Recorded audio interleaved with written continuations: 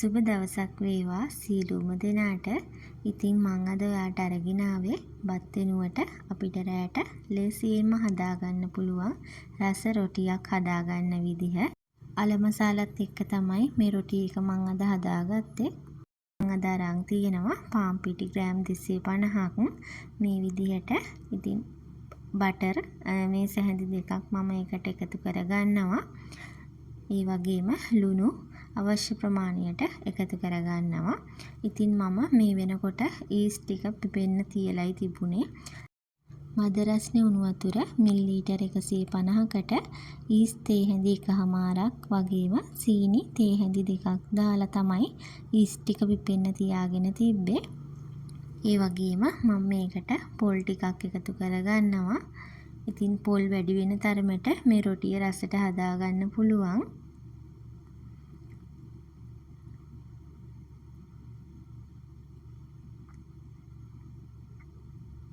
ඊට පස්සේ මේ ටික හැන්දකින් හොඳින් කලවම් කරගන්නවා. මේ විදිහට හොඳින් කලවම් කරගෙන පිපෙන්න තියලා තිබ්බ ඊස් ටික අපි එකතු කරගන්නවා.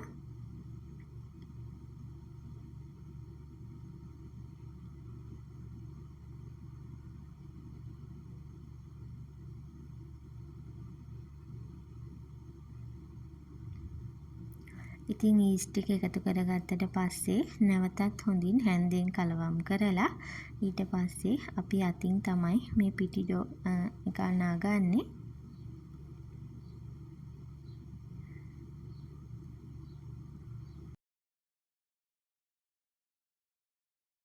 මේ විදිහට සොෆ්ට් එකට පිටි මෝලිය එනකන් හොඳට අතින් නීට් කරගන්න ඕනි. විනාඩි 10ක් විතර.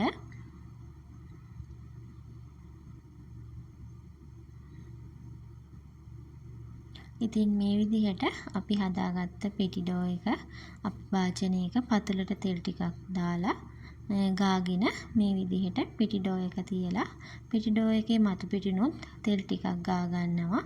ඊට පස්සේ හරියටම විනාඩි 45ක් විතර මේක පිපෙන්න තියාගන්න ඕනි.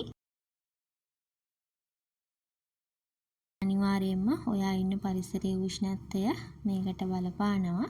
ඔයා සීතල පරිසරයක ඉන්නවා නම් අනිවාර්යයෙන්ම පිටි ඩෝ එක පිපෙන්න ටිකක් වෙලා යාවි.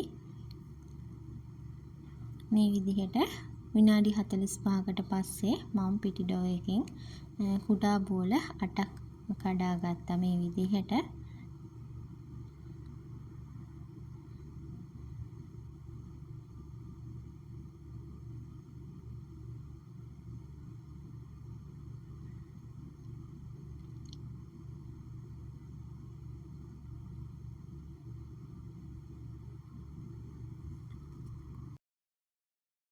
ඊට පස්සේ රොටි එක හදාගන්නයි තියෙන්නේ.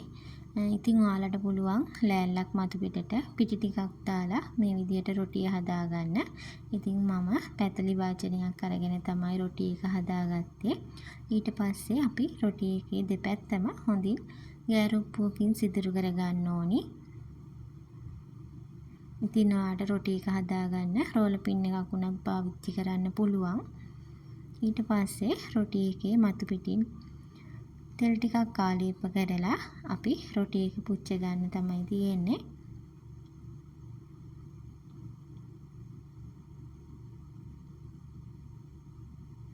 ඉතින් මේ විදිහට පෑන් එකට රොටිය දාලා රොටියේ නැවතත් තෙල් ටිකක් ආලේප කරගන්නවා. රොටිය හරියට පිපෙන්න නම් පියනකින් වහගෙන ඕනි රොටිය හදාගන්න. මේ විදිහට විනාඩි 10ක් විතර තියලා තිබ්බට පස්සේ හොඳින් රොටිය පිපීගෙන එනවා. ඊට පස්සේ නැවතත් අනිත් පැත්ත දාලා පියනකින් වහලා හොඳින් රොටිය පුච්ච ගන්න ඕනි. ඉතින් ඔයාට පොල් පාවිච්චි කරන්නේ නැතුව වුණත් මේ රොටිය හදාගන්න පුළුවන්.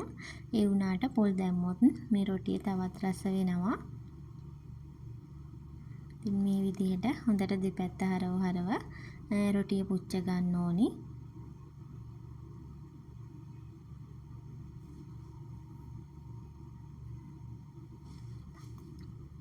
ඉතින් මේ තියෙන්නේ මම අද හදාගත්ත රොටි ටික.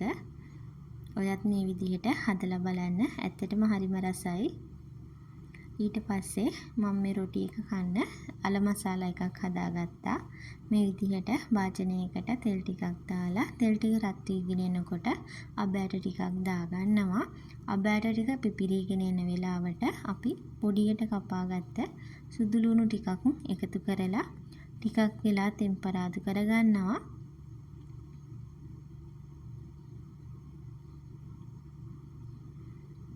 ඊට පස්සේ පොඩියට කපාගත්ත ඉඟුරු ටිකක් වගේම අමු මිරිස් කරල් දෙකක් මේ විදිහට එකතු කරගන්නවා.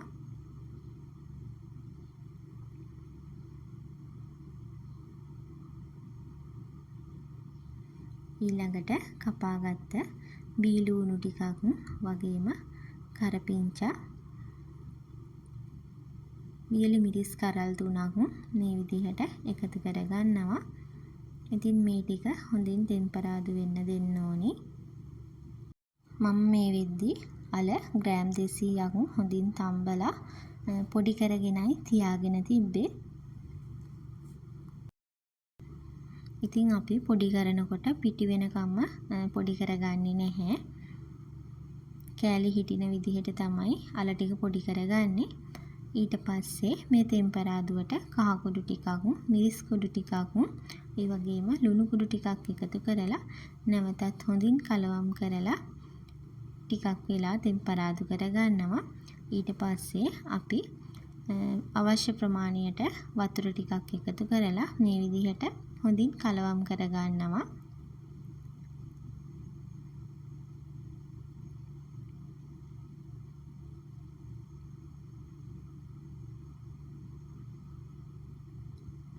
ඊළඟට අපි කලින් තම්බලා පොඩි කරලා තියාගත්ත අල ටික මේ විදිහට එකතු කරගන්නවා. ඉතින් ඔයාට මේ අල මසාලා එක උකුවට හදාගන්න ඕනි නම් කඩල පිටි ටිකක් එකතු කරගන්න පුළුවන්.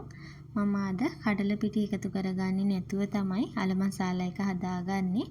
ඒත් උකුවට එනවා. ඉතින් ඔයා කැමති නම් ඔයාට කඩල පිටි ටිකක් එකතු කරගන්න පුළුවන්. මේ විදිහට හොඳින් කලවම් කරගෙන පියනකින් වහලා අල මසාලා එක පිස ගන්න තමයි තියෙන්නේ.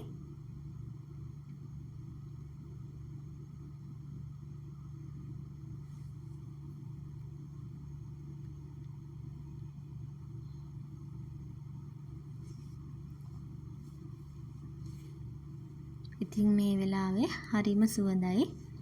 ඔයත් අනිවාර්යයෙන්ම මේ රොටිය එක්ක අල මසාලා හදලා බලන්න. ඉතින් මේ තියෙන්නේ මම රෑ කෑමට හදාගත්ත රොටියයි අල මසාලයි. ඉතින් දවල් හදපු චිකන් කරි ටිකකුත් තිබුණා. ඉතින් ඔයත් අනිවාර්යයෙන්ම මේක හදලා බලන්න. ඉතින් මගේ channel එක තවමත් subscribe කරේ නැත්නම් අනිවාර්යයෙන්ම channel එකත් subscribe කරගෙනම යන්න. මේ වීඩියෝ එකට කැමති නම් like එකකුත් දාගෙනම යන්න. අදට ගිහිල්ලා එන්නම්. ඔයාට සුබ දවසක්.